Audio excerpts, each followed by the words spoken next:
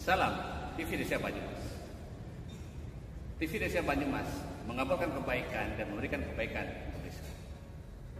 Bersama TV Desa Banyumas, kita akan sama-sama menelusuri, memberikan informasi dan memberikan liputan kegiatan yang berada di desa-desa, khususnya yang ada di desa Kabupaten Banyumas. Perlu kita ketahui bahwa sebuah desa adalah bagian terpenting bagaimana sebuah pembangunan negara kesatuan Republik Indonesia. Untuk itu, TV Desa Banyumas akan memberikan liputan khusus tentang perkembangan pembangunan desa di Kabupaten Banyumas. Bersama Imanuddin melaporkan.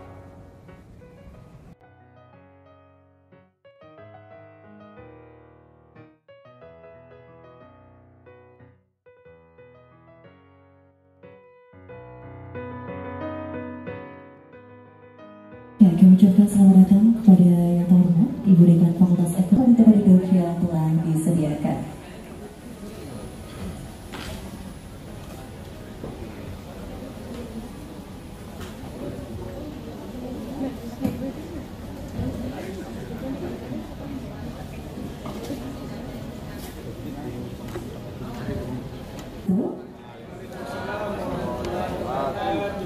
Selamat pagi.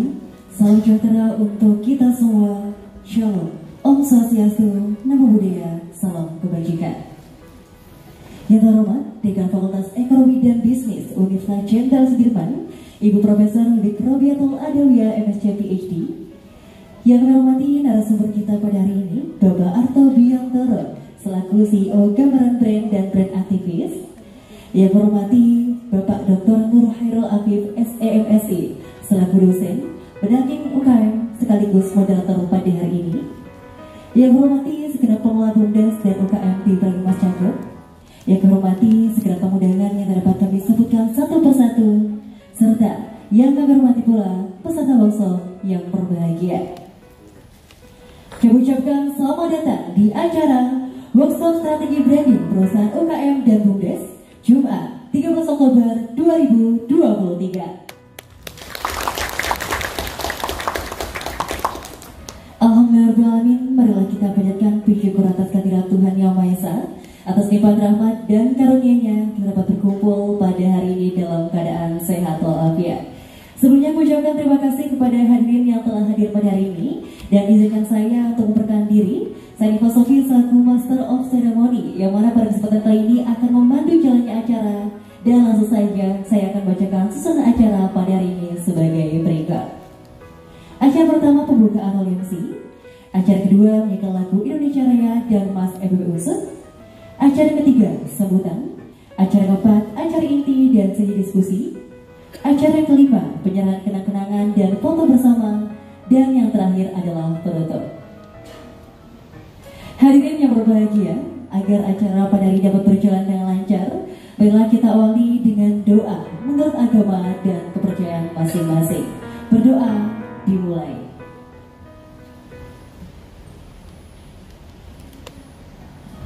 Berdoa selesai. Terima kasih, semoga acara pada hari ini dapat berjalan dengan lancar tanpa ada suatu halangan apapun. Amin ya rabbal alamin. Acara kedua menyanyikan lagu Indonesia Raya dan Mas EBB Unsur. Hadirin dimohon berdiri.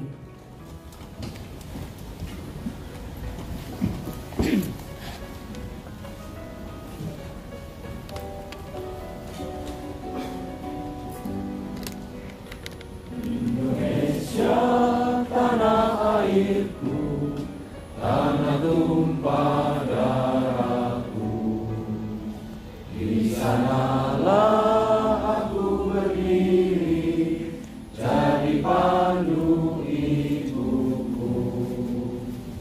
Indonesia kebangsaanku, bangsa dan tanah airku, marilah kita berseru, Indonesia bersatu. Hiduplah tanahku, hiduplah negeriku, bangsaku, rakyatku semuanya. Bangun bangunlah jiwanya, bangunlah badannya untuk Indonesia Raya. Indonesia Raya, merdeka, merdeka, tanahku, negeriku yang ku cinta. Indonesia Raya, merdeka, merdeka, hiduplah Indonesia Raya.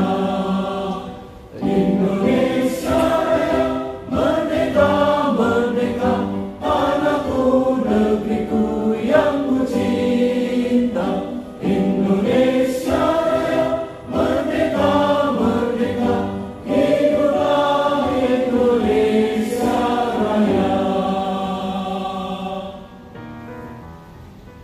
Yang mana pada kesempatan kali ini akan disampaikan oleh beliau yang terhormat Dekan Fakultas Ekonomi dan Bisnis Universitas Jenderal Sudirman, sekaligus berkenan untuk membuka acara pada ini secara resmi.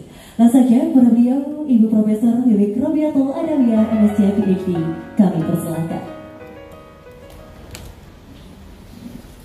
Bismillahirrahmanirrahim. Assalamualaikum warahmatullahi wabarakatuh. Alhamdulillahirrahmanirrahim. Wassalatu wassalamu ala rasulillah wa ala alihi wa sahbihi wa mawala ba'du. Yang saya hormati pembicara kita pada pagi hari ini, Mas Arto Biantoro. Beliau ini orang tepat dan already ya. Mic-nya bisa ditukar nggak, Mas? Mau ditukar mic-nya, soalnya sok-sok. Oke, jadi Mas Arto Biantoro ini sudah ada infonya, nanti mungkin bisa diperkenalkan oleh MC sebelum beliau berbagi dengan kita. Saya dan juga ini ada timnya Mas Arto, ada Mas Romi, ya. Mas Romi, coba Mas Romi berdiri. Ya, ini juga timnya Mas Arto. Pak Arto dong, Pak Arto. Pak Arto nanti kan ke depan ya. Coba Pak. Ya, kemudian sahabat saya yang hebat, ini namanya Dr. Condro Wibowo.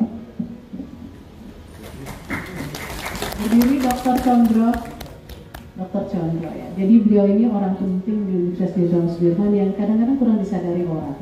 Jadi linknya banyak, internasional. Jadi beliaulah yang menghubungkan FEB ini dengan berbagai potential speaker ya. Kemarin juga kita mengundang dari wakil MPR RI. Basically kalau ada tawaran dari Pak Condro, saya nggak pernah tolak lah intinya. Very great ya.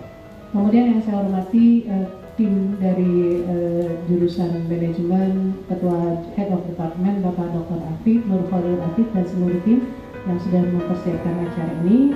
Rekan-rekan dari BUMDes seluruhnya saja yang tidak bisa saya sebutkan satu persatu, adik-adik mahasiswa serta teman-teman dosen yang berkenan hadir pada acara berbagi hari ini. Jadi sedikit fakta di ekonomi, Fakultas Ekonomi kami ini sedang ujian, jadi mahasiswa saat ini sedang menempuh hari terakhir ujiannya, jadi makanya tidak banyak yang bisa hadir. Namun intinya acara ini bagi saya pribadi juga sangat penting dan bagi institusi Fakultas Ekonomi dan Bisnis juga sangat penting karena tadi sesuai yang ada di Mars kami memang kami fokus ke local economic development, jadi memang fokus ke pengembangan bisnis dan perekonomian daerah. Jadi riset-riset kami, kegiatan pengabdian masyarakat kami itu diarahkan ke situ. Oleh sebab itu kami juga mendapat kepercayaan dari Kemendes untuk mendampingi BUMDes di 4 kabupaten. Tepuk tangan untuk Fakultas Ekonomi dan Bisnis. Baik, hari ini saya berharap kita juga bisa mengambil manfaat yang sebesar-besarnya dari event ini, karena kami juga paham nanti ada beberapa ide juga yang akan diperkenalkan oleh Mas Arto yang mudah-mudahan bisa kita tidak lanjuti. Saya juga mengundang salah satu teman saya yang penggiat sosial dan pemberdayaan masyarakat. Ada nggak Bu Santi? Mana ya Bu Santi ya? Are you here yet? Oh, belum datang. Oh, oke, that's her. Oke, welcome ya. Jadi Bu Santi ini juga orang hebat juga. So nanti bisa berbagi dengan kita. Kami benar-benar bisa berharap, kami benar-benar berharap bisa berkolaborasi nantinya, bersinergi dengan aktivis kemudian kami akademisi dengan juga UMKM yang ada di daerah, sehingga kita bisa menaikkan derajat atau mempopulerkan brand-brand lokal brand kita di level internasional. Jadi besok saya juga akan menghadiri event di Turki dan saya akan mendatangi spesifikly ini ya beberapa UMKM di Turki dan akan mempromosikan beberapa produk Banyumas, contohnya kopi, kemudian juga gula semut gitu ya. Saya udah katakan ke teman-teman, saya membawa tim saya ada 27 orang.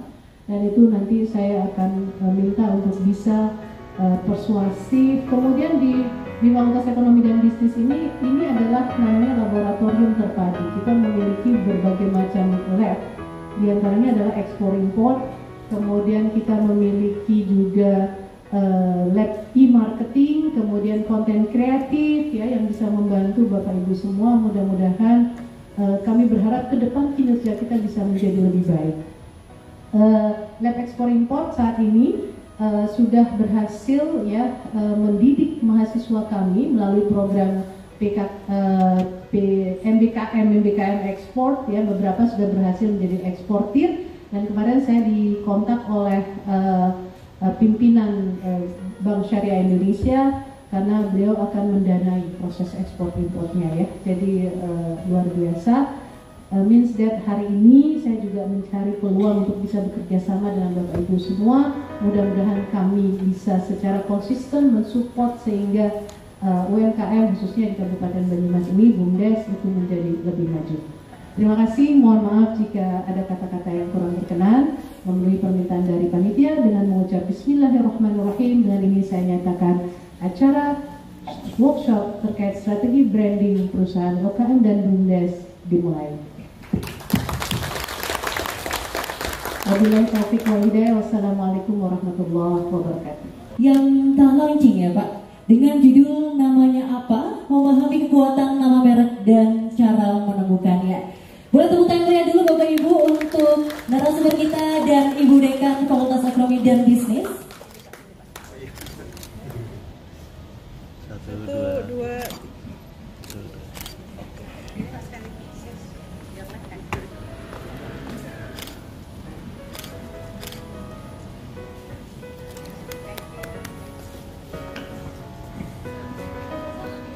Ya, dilanjutkan dengan sesi foto bersama.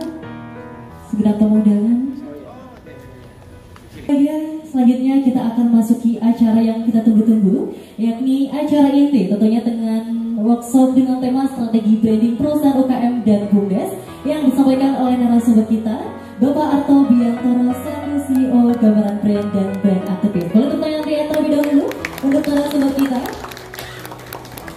Tapi sebelum kita masuk ke acara inti, tentunya pada acara kali ini, sesi kali ini akan dipandu oleh moderator yang sangat luar biasa. Beliau adalah seorang dosen sekaligus pendamping UKM pada hari ini. Yakni ada beliau, Bapak Dr. Nur Hairul Afif, SEMST. Dan akan saya bacakan terlebih dahulu CV dari beliau.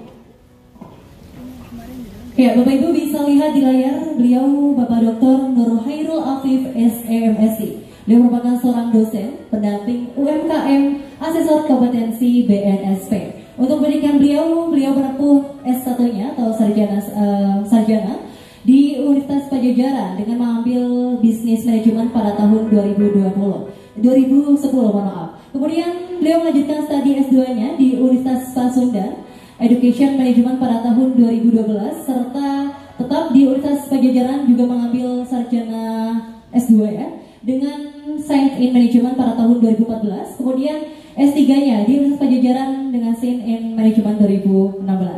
Kemudian untuk pelatihan teknis, beliau juga memiliki banyak sekali pelatihan. Di antaranya Creative and Analytic Thinking, Marketplace Institute, kemudian Professional Academy, yang ini pendamping UKM Kementerian Komunikasi dan Informatika Republik Indonesia. Kemudian ada Data Science, Skema Data Driven Governance, Balai Penelitian dan Pengembangan Teknologi Informasi dan Komunikasi Kementerian Kominfo Republik Indonesia. Kemudian untuk sertifikasi, beliau tentunya memiliki banyak sertifikasi, yakni ada Tenaga Pemasar Operasional Merek Digital Marketing. Kemudian ada Certified Trade Associate atau CRA, kemudian Tenaga Operasional Biasa Pengelolaan Keuangan, urusan industri dan penulisan artikel ilmiah. Untuk menghubungi beliau, Bapak Ibu juga bisa melihat alamat dan nomor yang bisa dihubungi di CV. Ya, itu dia. Dan hadirin, itu dia CV dari moderator kita. Dan tanpa berlama-lama, kita akan panggil beliau, Bapak Dr. Nur Hairul Afif, SEMSc. Kepada beliau kami persilakan, dan Bapak Ibu tepuk tangan beliau untuk moderator kita pada hari ini.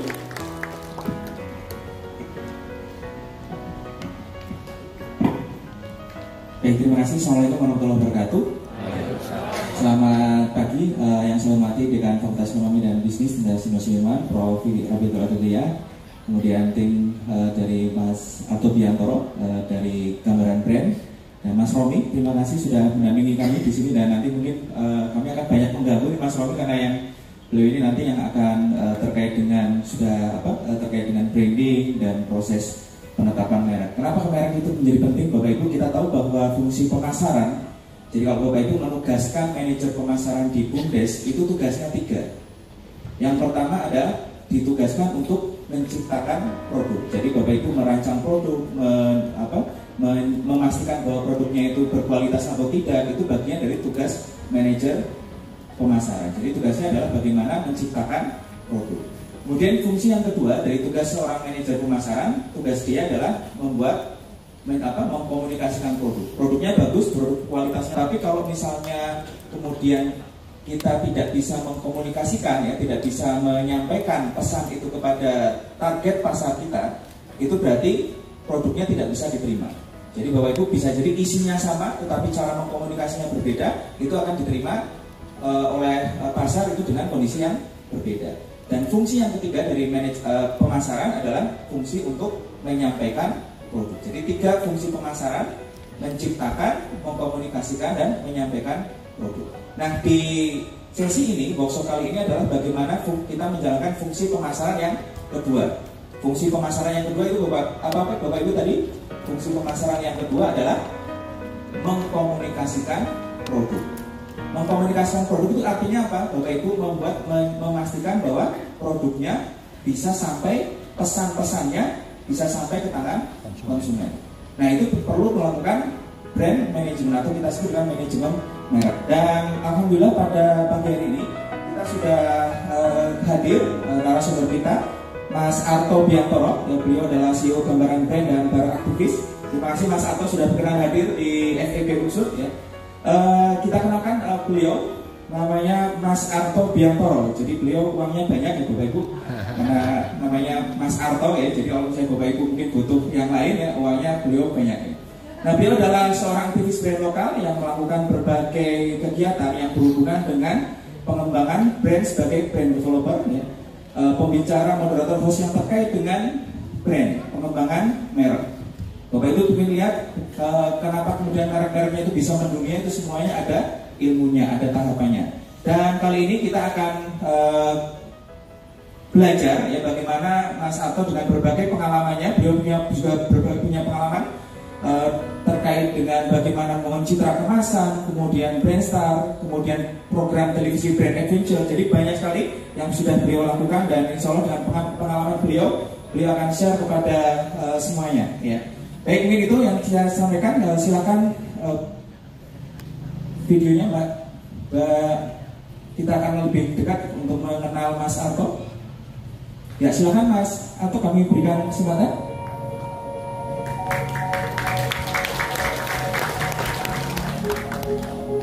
Saya Arto Biantoro. Saya seorang brand aktivis yang telah mempelajari dan mengamati dunia brand sejak 20 tahun yang lalu. Brand sangat menarik bagi saya, mempelajari bagaimana semua produk atau jasa bisa mengubah persepsi kita dan membuat kita jatuh cinta kepadanya. Kamu boleh mimpi besar, tapi start small, ya, mulai dari kecil.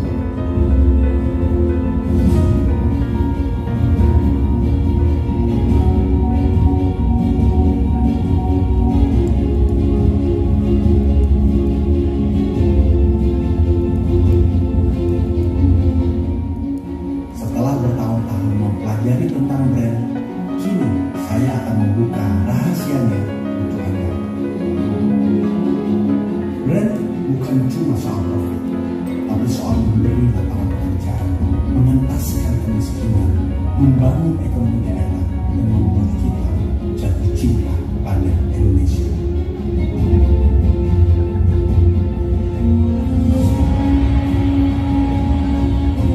Jadi kalau yang saya lakukan ya apa yang menurut saya kapasitas saya itu adalah saya sebagai pengusaha, yang bisa saya lakukan adalah memperbesar usaha saya dengan tujuan supaya saya bisa kayak Grab ataupun memberikan lapangan pekerjaan untuk lebih banyak orang lagi, khususnya warga komunitas.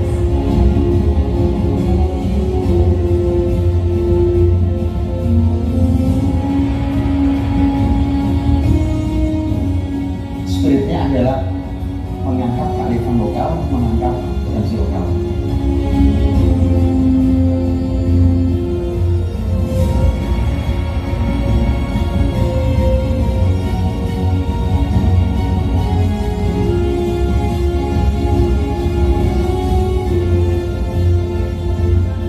Bisnis itu sangat penting, so kamu tahu siapa yang mau kamu dapetin, market kamu siapa, segmentasinya bagaimana, itu nanti berkenaan sama branding, sama cara kamu mengkomunikasikan brand kamu.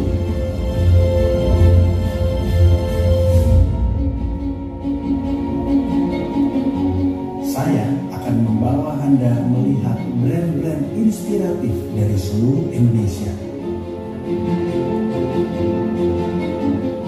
Inilah petualangan seru menguak rahasia brand siang dan malam di atas roda 2 untuk membuktikan bahwa brand lokal kita bisa. Oke, silakan Mas Arto. Iya. Mohon maaf Mas Arto, saya kostumnya mau ngikutin tapi sudah terlanjur pakai batik duluan ya. Jadi Mas Arto memang beda nih. Silakan Mas Arto menyampaikan bahwa teman-teman ini terdiri dari UKM yang ada di 4 kabupaten, Banjarnegara, kemudian Banyumas, Wonosobo, dan Purbalingga. Kemudian dari mahasiswa dan dosen yang hadir di sini, dan mudah-mudahan Mas Arto bisa share pengetahuannya terkait dengan bagaimana memastikan merek-merek lokal yang sudah teman-teman buat itu bisa kemudian go internasional. Oke, silakan Mas Arto. Moga. Baik, terima kasih atas moderator kita yang sangat baik hati dan tidak sombong.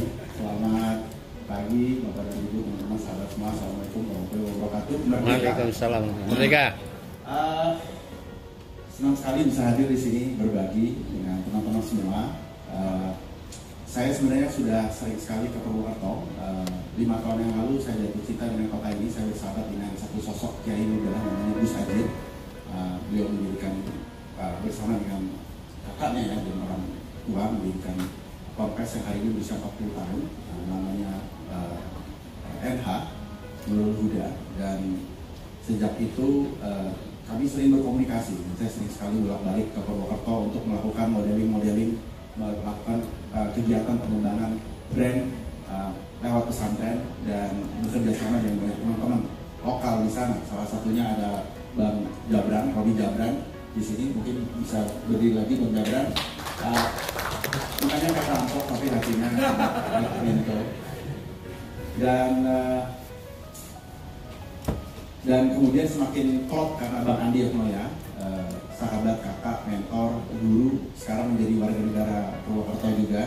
Jadi saya sering kesini juga untuk menengok beliau. Tentu saja dalam perjalanannya bersahabat dengan Mas Condro, pinter beliau mengirimkan saya kopi dari Vietnam karena saya separuh Vietnam sebenarnya. Jadi saya orang Magelang, ibu saya orang Vietnam. Tahun 69-70 pindah ke Indonesia dan menjadi warga negara Indonesia sejak saat itu. Jadi saya Indo, tapi bukan Indo Belanda, ya Indo Cina. Nah mungkin yang senior-senior di sini saya lihat, kalau ayah saya kalau lihat nama belakang, dulu ada seorang seniman yang mungkin dikenal ibu dekan kenal sekali, ada di televisi, TV cuma ada satu, TVRI, namanya Chris Biantoro, ada yang tahu? Tahu. Oh itu dia tahu, tapi ketahuan umurnya ya. Yang belakang-belakang sosok nggak kenal aja, nggak tahu. Ya, dan pertanyaan yang paling menyebalkan biasanya setelah saya jelaskan nama belakang itu pertanyaannya akan sama, bisa nyanyi atau enggak?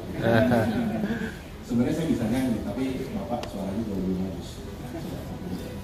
Di lembah yang berlumpur dan bernoda. Asik. Kita jadi konsernya gitu. Nah, ya senang sekali saya bisa berbagi hari ini dan melihat apa yang menarik tentang dunia brand. Saya beruntung sekali mendapat kesempatan untuk bersekolah di luar negeri selama 10 tahun di Amerika, dan di sana saya melihat bagaimana brand diciptakan. Karena kita harus sadar bahwa ilmu brand ini bukan datang dari Indonesia, dari luar. Dan beberapa penelitian yang saya coba gali tentang dunia brand, ternyata memang brand ini adalah sebuah senjata atau alat yang dipergunakan oleh banyak korporasi besar di negara-negara maju untuk mendorong kapitalisasi atau nilai ekonomi. Jadi brand itu lahir dari perutnya orang-orang bisnis. Kalau mau bahasa yang lebih ekstrim lagi, ini datang dari orang-orang kapitalis. Kenapa? Karena brand mampu, nanti ini kita, saya akan sangat cepat sekali karena ini kelas kuliah umum ekspres yang apa yang saya coba pahami dalam 20 tahun, saya coba kondens dalam 40 menit ya. Tapi nggak apa-apa, di sini kita bisa temenan, dan teman-teman Bapak Ibu yang penggerak desa, selalu kita bisa cari cara. Hari ini teknologi sudah modern sekali. Kami baru selesai tahun lalu mengembangkan bekerjasama dengan kepala dusun di Nepal, Jawapati, Magelang, di atas kota selama 2 tahun untuk membangun gerakan-gerakan desa di sana, dan banyak hal menarik kami belajar dari mereka.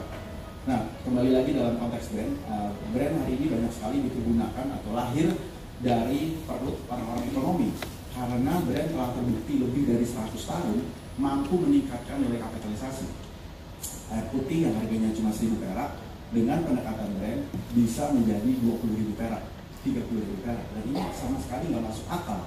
Teman-teman saya di Itali bilang bahwa harga tas-tas mewah itu, yang luxury brand itu, harganya bisa 20 kali lipat dari HPP. 20 kali lipat dari HPP. Jadi satu tas yang dijual di Pasar Senayan di Jakarta itu sudah cukup untuk bayarin satu kali sewa rental di Pasar Senayan. Tapi ini juga jadi masalah. Kami para aktivis kemudian menyadari bahwa apabila ilmu ini dipergunakan untuk kepentingan yang salah, maka yang terjadi juga orang akan membeli produk itu sebanyak-banyaknya, baik produk yang baik maupun produk yang tidak baik, karena brand itu adalah alat, tools yang dipakai oleh kita semua untuk meningkatkan kapitalisasi. Nah, itu dibangun lebih dari 150 tahun yang lalu. Jadi ini bukan ilmu baru, tapi ilmunya mulai masuk ke Indonesia secara resmi di tahun 2010 ketika sosial media, internet, YouTube channel mampu menayangkan informasi-informasi secara daring.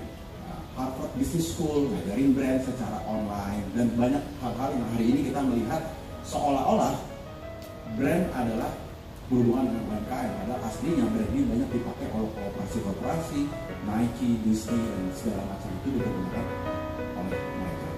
Nah, saya beruntung sekali saya bisa bersekolah pada saat itu menjadi seorang creative director. Jadi kerjaan saya adalah membuat iklan untuk brand-brand besar pada waktu itu di Jakarta. Jadi setelah saya bekerja di San Francisco, saya pulang ke Indonesia karena ayah yang kalau kalian ingat selalu pakai baju tentara gitu, sangat mengidolai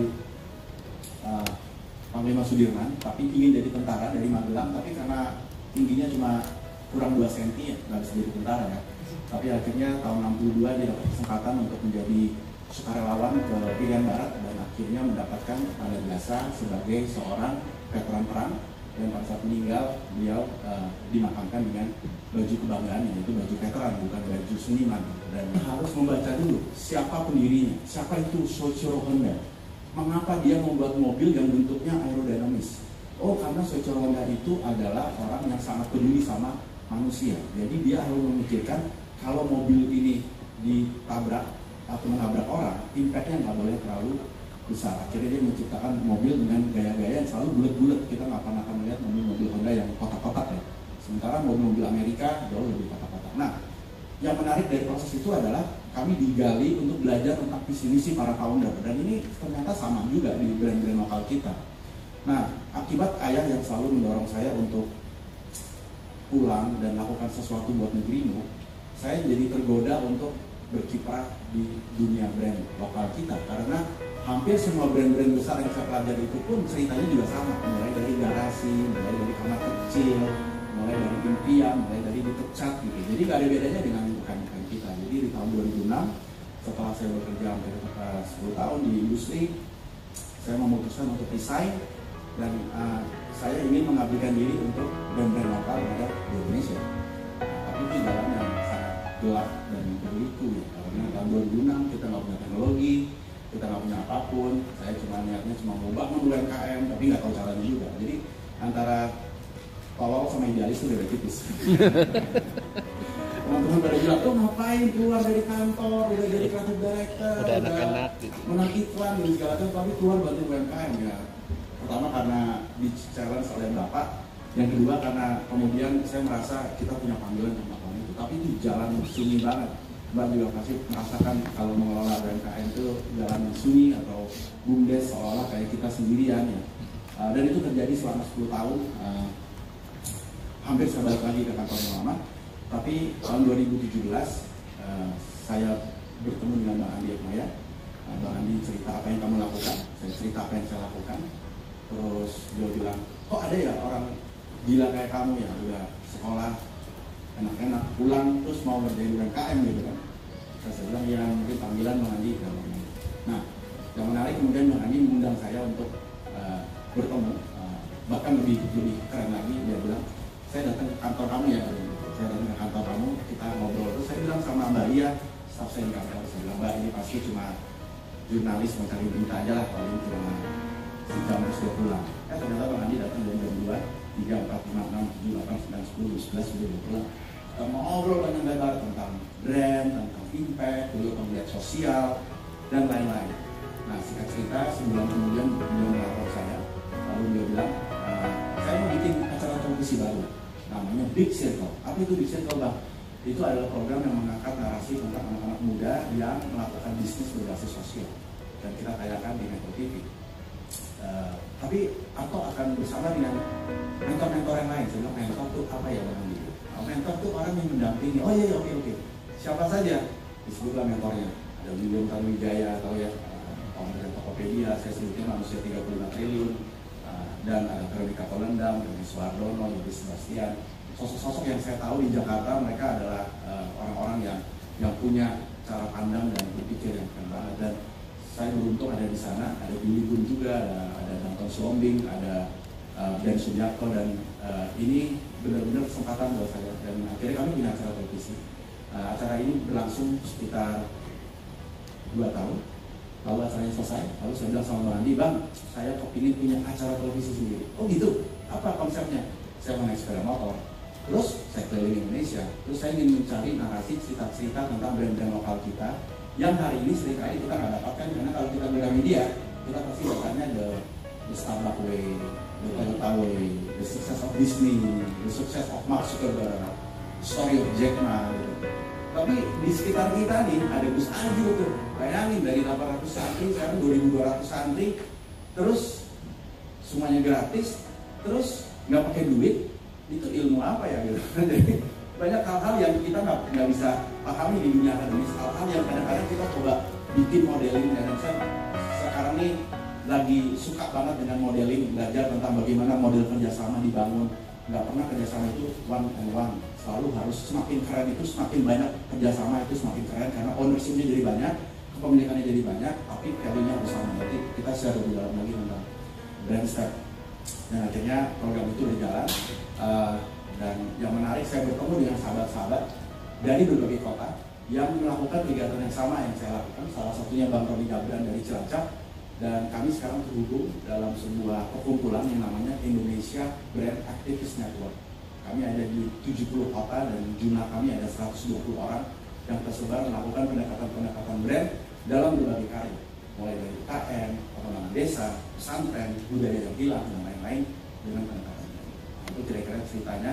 Mudah-mudahan nanti ada yang menjadi brand aktivis di sini karena itu pekerjaan yang seru banget, karena brand aktivis bisa menulis, bisa membangun brand, bisa membuat konten, bisa membuat inisiatif. Jadi pekerjaannya tidak satu, maka kami menyebut diri kami aktivis. Ibu saya sampai hari ini nggak tahu apa yang saya kerjakan. Kalau tanya, saya punya kakak almarhum, kalau ditanya, oh iya sales director, oh jelas sales director. Kalau Arto apa kerjanya? Apa ya? Meeting. Jadi sampai hari ini ibu nggak tahu. Pernah satu kali ibu bangga banget bilang, oh ini anak saya ahli brand. Lalu ada satu om udah tua bilang, oh gitu, saya perlu brand, datang ke kantor saya. Gila, lumayan dapat proyek dari ibu. Datang ke kantor si om, lalu omnya bilang begini, oke, jadi ini nama logonya Timur, saya mau itu dipasang ukuran 3x3 sampai saya tetap brand pertama ini. Nah, ya soal hari ini kami terus berjuang mendorong pengembangan brand dan mengajak teman-teman untuk memahami konteks brand lebih dalam. Saya kesini naik sepeda motor juga dari Jakarta. Biasa aja, nggak usah terlalu jauh. Sekitar 12 jam. Hampir setiap hari dulu sebelum pandemi saya selalu naik sepeda motor 250 kilo gitu bolak-balik. Iya, dan coba dia bilang sama. Ya seru banget ya, dan ketika kita bicara brand, suka atau tidak suka, kita akan hidup dalam dunia brand. Coba bayangkan tadi pagi kita bangun, kita mandi, sabunnya apa, sampunya apa, keduanya merek apa, bajunya apa, baju dalamnya mereknya apa, sepatunya mereknya apa, motor yang kita pakai mereknya apa, motor itu dibedah lagi, ada oli, ada setang, ada ban, itu semua bermerek. Jadi kita itu dicekokin sama merek. Suka nggak suka, pasti kita berhubungan dengan merek. Nah yang menarik kalau kita buka laci, pertanyaan yang kita harus balik ya, kenapa brand-brand ini ada di laci saya ya? Mengapa saya memilih mereka ya? Dan pertanyaan yang lebih keren, kenapa mereka bisa membuat saya memilih untuk mengambil produk itu? Ada puluhan merek odol, ada puluhan merek laptop, tapi kita memilih laptop itu. Dan ini yang kemudian membuat saya jadi gila ya, ini orang-orang ini ya. Kita bisa tadi barang yang sama dari pabrik yang sama, ya kan? Tapi orang bisa tergila-gila hanya karena mereknya, emang karena logonya diganti, enggak juga sih. So ada sesuatu tentang brand ini yang ternyata mampu melakukan sesuatu yang sangat luar biasa sekali. Dan kalau dia digunakan, dia bisa sesuai dengan objektif dari penggunanya. Dan ini bukan ilmu baru, udah 100 tahun brand-brand besar itu menggunakan sepatu Nike yang kita beli itu mungkin harganya bisa 10 kali lipat dari harga aslinya. Sementara kalau kita UMKM jual 2 kali lipat aja ditawar gitu. By the way, jangan pernah ngomong UMKM kepada konsumen. Kenapa? Kalau kita ketemu UMKM, Pak, kita produk UMKM, apa yang terjadi? Kita ditawar. Ya. Jadi saya dan teman-teman para aktivis selalu kalau ngomong produk-produk UMKM by the way itu kan kategori berdasarkan size bisnis ya. Tapi bagi konsumen mereka nggak peduli omset perusahaan kita 100 juta, 1M, 10M. Yang dia peduli adalah barang ini bisa memberikan apa buat saya. Maka kami selalu ngomongnya brand lokal. Brand lokal. Size bisnisnya adalah UMKM. Karena UMKM itu adalah terminologi yang dipakai dalam dunia akademisi dan pemerintah untuk mengukur besaran. Nah, kapan kita boleh menggunakan UMKM? Tentu saja di forum seperti ini. Yang kedua pada saat kita bertemu dengan petugas pajak. Kami UMKM Pak. Nah itu pakai itu. Kalau ketemu aja. Tapi kalau ketemu sama konsumen, jangan pernah bilang kita UMKM. Kami brand lokal, kami artisan. Perlu kami cuma 20, padahal emang cuma bisa dikirim 20 ya. Dan ini sangat langka sekali dan lain-lain. Orang wow, gila keren banget. Dan itu yang terjadi, orang akan ngantri, orang akan tergila-gila dengan sebuah produk, sebuah brand, sebuah produk yang telah disusun oleh sebuah brand. Nah, inilah yang menjadi penelitian saya dan saya ingin sekali mengcrack ilmu ini dan kemudian membagikannya ke lebih banyak orang. Baru kita buka slide-nya sekarang. Oke, siap ya. Hari ini kita cepat ya. Katanya ini akademisi dan orang-orang pintar kata IPK. Oke. Coba ya, saya coba speed up dulu. Oh ya, ini tadi yang saya ceritain tentang ayah, itu kata-katanya. Nah, jadi saya tertarik dengan kata-kata ini. Kadang-kadang ada di antara kita yang merasa kayak, kok hidupku susah ya, kok kenapa aku jadi gini ya, kok kenapa jadi itu ya. Karena memang kita didesain untuk memilih jalur itu. Karena kita didesain untuk memilih jalur yang sulit. Kenapa Arto bantuin UMKM atau menggerakkan brand lokal, kenapa nggak jadi kreatif director ya? Karena sudah didesain sama di atas harus melakukan itu. Dan kita punya fungsi untuk melakukan itu. Soga Brand berdiri tahun 2006 setelah kegelisahan saya tentang brand-brand lokal. Kita punya 120.000 brand baru di Indonesia setiap tahunnya, itu menjadi kaki. Mulai dari keripik sampai pesawat terbang baru, Superjet atau kayak gitu. Setiap tahun 120.000 yang baru, 120.000 yang baru. Pemerintah sedang mendorong kewirausahaan, tapi juga menjadi tantangan karena yang dihasilkan adalah produk yang sama, keripik yang sama, kerupuk yang sama dengan nama yang berbeda-beda. Nah ini jadi tantangan buat kita karena kita, apalagi kalau bicara teknologi pangan, kita punya banyak sekali material-material yang ada di sekitar kita yang bisa menjadi pintu masuk untuk membangun brand. Brand pada intinya adalah unsur pembeda dan membuat kita atau orang lain melihat bahwa wow, ini ada sesuatu yang kita gunakan. So, tahun 2006 kami setelah membangun lebih dari 100 proyek pengembangan brand berbagai macam skala, tapi semuanya lokal. Kalau ada brand dari luar mau kita kerjasama, sorry ya kita nggak bisa kerjasama seperti itu. Padahal aduh dia gitu.